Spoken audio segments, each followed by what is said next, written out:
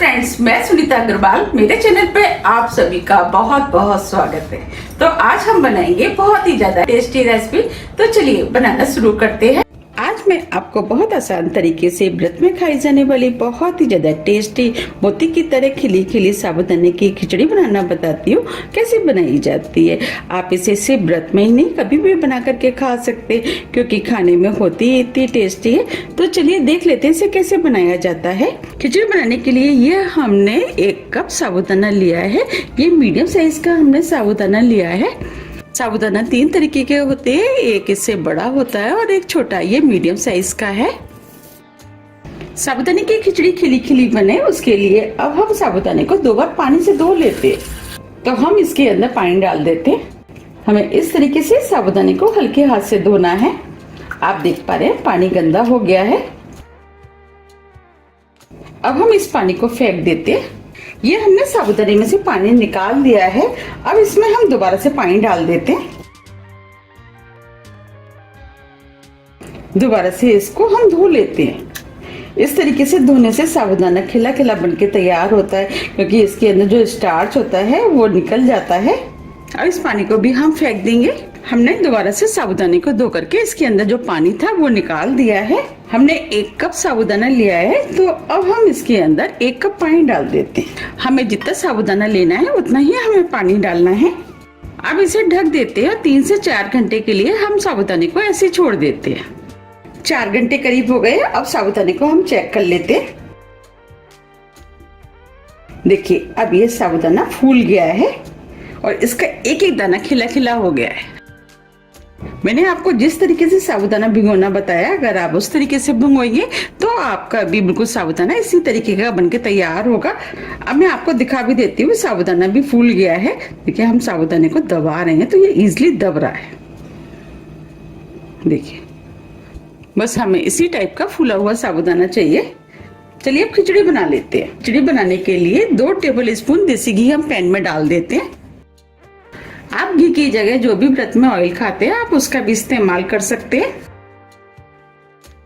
अब घी को गर्म होने देते हैं। घी गर्म हो गया है। ये हमने आधा कप कच्ची वाली मूंगफली ली है, वो हम इस पैन में डाल देते हैं। अब मूंगफलियों को लगातार चलाते हुए मीडियम फ्लेम पे भून लेते हैं। अब ये मूंगफलियां भुन गई है। मूंगफलियों के अंदर से चटचट की आवाज भी आना शुरू हो गई है। अब मूंगफलियों को हम प्लेट में निकाल लेते हैं।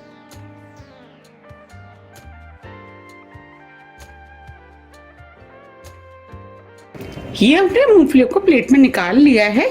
ये एक बड़े साइज का कच्चा आलू लिया जिसे हमने छोटे पीस में काट लिया है, वो हम इसी में डाल देते हैं। अब आलू को भी लगातार चलाते हुए मीडियम हाई फ्लेम पे सॉफ्ट और क्रिस्पी होने तक भून लेते हैं। अब ये आलू सॉफ्ट हो गया है और क्रिस्पी भी हो गया है। अब मैं आपको दिखा भी देती हूँ। देखिए हम इसमें फोक डाल रहे हैं तो ये इजिली जा रहा है। इसका मतलब ये आलू सॉफ्ट हो गया है। अब इस आलू को भी हम प्लेट में निकाल लेते हैं।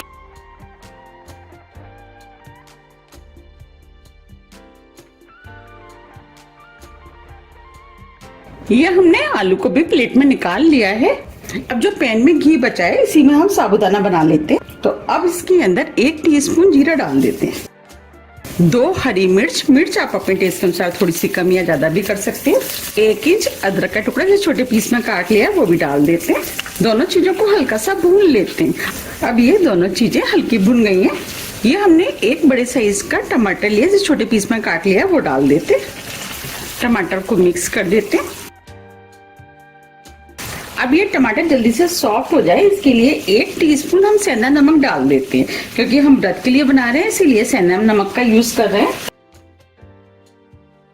अब टमाटरों को सॉफ्ट होने देते हैं और इसे 1 मिनट के लिए ढक देते हैं, जिससे टमाटर जल्दी सॉफ्ट हो जाएंगे।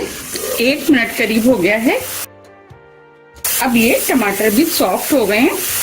अब इसके अंदर हम थोड़े से करी पत्ते डाल देते हैं, इससे फ्लेवर अच्छा आएगा।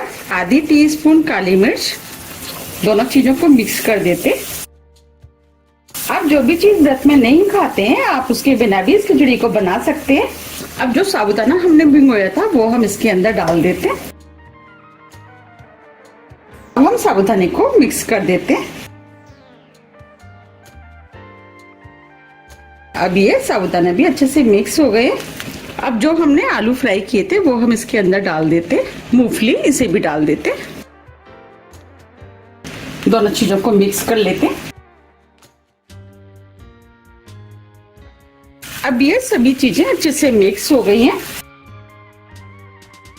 अब इसे ढक देते हैं और 2 मिनट के लिए मीडियम फ्लेम पे साबूदाने को और पकने देते हैं, जिससे कि साबूदाना थोड़ा सा और सॉफ्ट हो जाएगा। 2 मिनट करीब हो गए हैं। अब ये साबूदाना भी सॉफ्ट हो गया, आप देख पा रहे हैं साबूदाना ट्रांसपेरेंट हो गया है। अब हम इसके अंदर 1 नींबू का रस डाल देते हैं। अगर आप व्रत में नींबू नहीं खाते हैं तो आप इसे बिना नींबू के भी बना सकते हैं। थोड़ा सा हरा धनिया। अब सभी चीजों को मिक्स कर लेते। देखिए अब ये खिचड़ी बनके तैयार हो गई है। आप देख पा रहे साबूदाने के एक एक दाना मोती की तरह खिल रहा है और ये देखने में भी कितनी सुंदर लग रही है। अब हम फ्लेम को ऑफ कर देते हैं और खिचड़ी को गर्मा गर्म सर्व कर लेते हैं। आप देख पा रहे हैं कितनी बढ़िया साबूदाने की खिचड़ी बनके तैयार हुई है और इसका एक एक दाना खिल रहा है। मैंने आपको जिस तरीके से बनाना बताया, अगर आप उस तरीके से बनाएंगे तो आपकी ये खिचड़ी पहली बार में ही इसी तरीके की बनके तैयार होगी। और आप मुझे कमेंट्स करके ये भी बताइए कि आपको ये रेसिपी कैसी लगी और आप इसे कब बना रहे हैं। आप चाहे तो इसे ब्रेकफास्ट में भी बना करके खा सकते हैं। ये खाने में तो बहुत ही ज़्यादा टेस्टी लगती है और इसे बच्चे बड़े बुजुर्ग सभी खाना पसंद करते हैं और सभी के लिए ये बहुत ही ज़्यादा फायदेमंद भी है। और आपको तो पता ही है कि साबूदाना हमारी हेल्थ के लिए कितने ज़्यादा फायदेमंद होता है। आप मुझे जल्दी जल्दी कमेंट्स करके ये बताइए कि आप इसे कब बना रहे हैं। मेरा तो इसको देखते ही मुंह में पानी आ रहा है। अगर आपको मेरी रेसिपी पसंद आ रही है तो आप ज़्यादा से ज़्यादा फ्रेंड और फैमिली के साथ शेयर कीजिए। अब मैं इसके ऊपर थोड़ा सा हरा धनिया और डाल देती हूँ, जिससे ये देखने में और भी ज़्यादा सुंदर लगेगी। अब मैं आपको पास से भी दिखा देती हूँ। देखिए ये देखने में कितनी सुंदर लग रही है और खाने में उससे ज़्यादा टेस्टी लगती है। मेरा तो देखते ही मुंह में पानी आ रहा है। अगर आपको मेरी रेसिपी थोड़ी भी पसंद आती है तो रेसिपी को लाइक कीजिए, चैनल को सब्सक्राइब कीजिए और ज़्यादा से ज़्यादा शेयर कीजिए। अब हम फिर मिलते हैं इसी तरह की टेस्टी रेसिपी के साथ। जब तक के लिए नमस्कार।